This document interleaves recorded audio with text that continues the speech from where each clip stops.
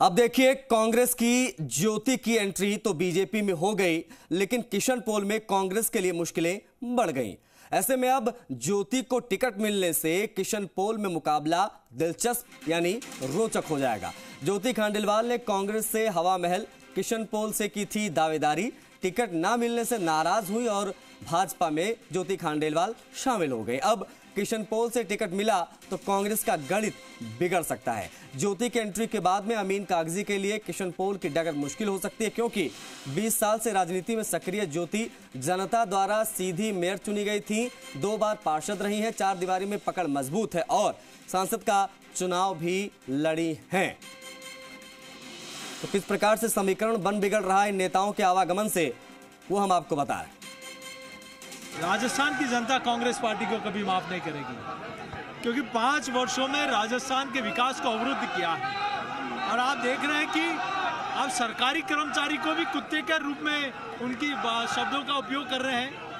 अगर मुख्यमंत्री जी आपको डर नहीं है तो फिर आप हो जाने दीजिए जांच। ये जांच इसलिए हो रही है कि आपने गोपाल केसावत जी को जिन्होंने गिरफ्तार किया उनको ट्रांसफर कर दिया, जो वहाँ इंक्वायरी ऑफिसर थे उनको ट्रांसफर कर दिया।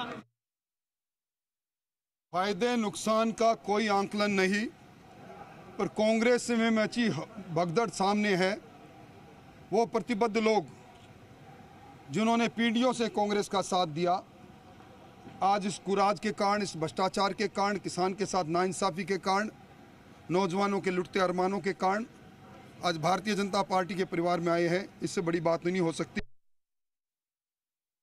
ग्रहण तो कांग्रेस सरकार को लगने वाला है, गहलोत जी की सरकार को लगने वाला है, जिन्होंने अभी तक युवाओं की आवाज को पूरे तरीके से दबाया, कुचला, उनके साथ में, उनके अधिकारों के साथ में हर बार उन्होंने उनका हनन किया। मैं आपको बताना चाहूँगा कि पिछले 4-5 सालों में आप देखेंगे कि हमने हर जगह प्रदेश की सरकार का विरोध किया, इस नाते कि आप युवाओं की आवाज़ को न दबाएं। और प्रदेश के युवा तैयार हैं, उन्होंने हिसाब कर रखा है। अब 25 तारीख को बटन दबा के भारतीय जनता पार्टी का कमल खिला के हम हिसाब पूरे तरीके से चुकता भी कर देंगे। आज जो राजनीतिक क्षेत्र में कार्यकर्ता काम करता है, उसको अपना भविष्य के बारे में कि किस पार्टी में मेरे जाने से मेरा भविष्य ठीक हो सकता है, किस पार्टी के साथ मैं काम करूंगा तो मेरे को आगे बढ़त मिलेगी। आज चाहे वो ज्योति खंडेलवाल जी हो, आज चाहे वो पूनिया जी हो, चाहे हमारे अन्य CS वैद हों, इन्होंने जो राजनीतिक जीवन में अपना पूरा जीवन कांग्रेस में दिया है, पर आज उनको ये लगता है कि इस पार्टी का अध्याय पूरा होने वाला है। के कारण तारानगर की जनता त्राहिमाम कर रही है। उनका कोई काम नहीं हुआ, कोई विकास के काम नहीं हुए। ऐसी स्थिति के अंदर मैंने ये उचित समझा कि तारानगर के विकास के लिए एक मजबूत आदमी जो राजेंद्र सिंह जी राठौड़ हैं, उनके नेतृत्व के अंदर हमको आगे बढ़ा जाए। और मेरे पिताजी जिस नहर को लेके आए, उस नहर को गांव-गांव, ढाणी-ढाणी पहुंचाने का कार्य राजेंद्र सिंह जी राठौड़ के साथ मिलके हम सब और हमारी टीम इसको आने वाली जो भाजपा की सरकार है उसके अंदर पूरा करेंगे। मन में एक विचार था कि राजनीति के क्षेत्र में जन सेवा करनी चाहिए। पूरे सेवा काल में एक अजीब सी असहजता की स्थिति हमने झेली। कोई भी कानून जो पढ़ते थे उसके क्षेत्राधिकार पर अगर जब विचार आता तो उसमें एक शब्द लिखा होता था कि जम्मू कश्मीर को छोड़ करके ये कानून देश के शेष भूभाग पर लागू होगा।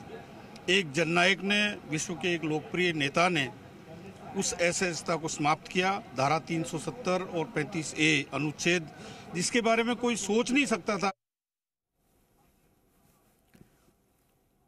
आशीष चौहान हमारे सहयोगी फोन लाइन पर कनेक्ट हो गए हैं, बातचीत करेंगे आशीष से। आशीष, कुनबा बढ़ रहा है बीजेपी का और चुनाव से ठीक पहले इस प्रकार से कुनबा बढ़ना, तमाम ब्यूरोक्रेट्स जो पूर्व में रहे हैं वो बीजेपी में आए हैं, तमाम बड़े नेता जो कांग्रेस का गणित बिगाड़ सकते हैं वो बीजेपी में आ रहे हैं। अब ऐसे में क्या स्थिति बनती बिगड़ती नजर आ रही है मौजूदा परिदृश्य में? आशीष, देखिए, निश्चित तौर पर जिस तरीके से ज्योति खंडेलवाल की एंट्री आज बीजेपी में हुई है, उसके बाद में किशन पोल विधानसभा क्षेत्र की बात करूं तो वहां पर कांग्रेस की मुश्किलें अब बढ़ गई है, क्योंकि पहले यही कांग्रेस की ज्योति खंडेलवाल मेयर बनी, यहाँ से 2 बार पार्षद रही और इसके अलावा उन्होंने सांसद का चुनाव भी लड़ा। लेकिन देखिए मजबूत पकड़ मानी जाती है किशन पोल में उनकी, और सीधे तौर पर मेयर का जो चुनाव हुआ था वो जनता के द्वारा हुआ था और उसमें वे उन्होंने विजय हासिल की। तो सीधे तौर पर जनता से जुड़ाव उनका, किशन पोल की जनता से जुड़ाव है।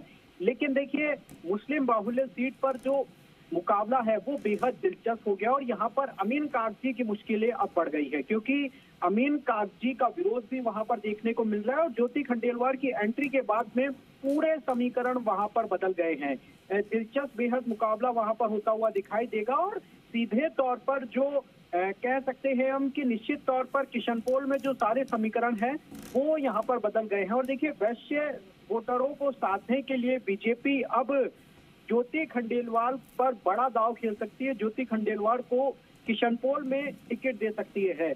और जिस तरीके से जो कयासबाजी है वो भी यहाँ पर लगातार देखने को मिल रही है, क्योंकि ज्योति खंडेलवाल 20 साल से पूरी राजनीति में यहाँ पर सक्रिय है और भाजपा का दामन थामने के बाद में अब कयासबाजी यहाँ पर तेज हो गई है। दूसरी तरफ हवा महल की बात करूं तो हवा महल में भी जिस तरीके से सुरेश, ठीक है, मतलब कुल मिलाकर अगर देखा जाए आशीष तो बहुत सारी ऐसी सीटें हैं जहां पर कांग्रेस का गणित बिगड़ सकता है इन नेताओं के बीजेपी में शामिल होने की वजह से। बहुत शुक्रिया आपका इन तमाम जानकारियों को साझा करने के लिए।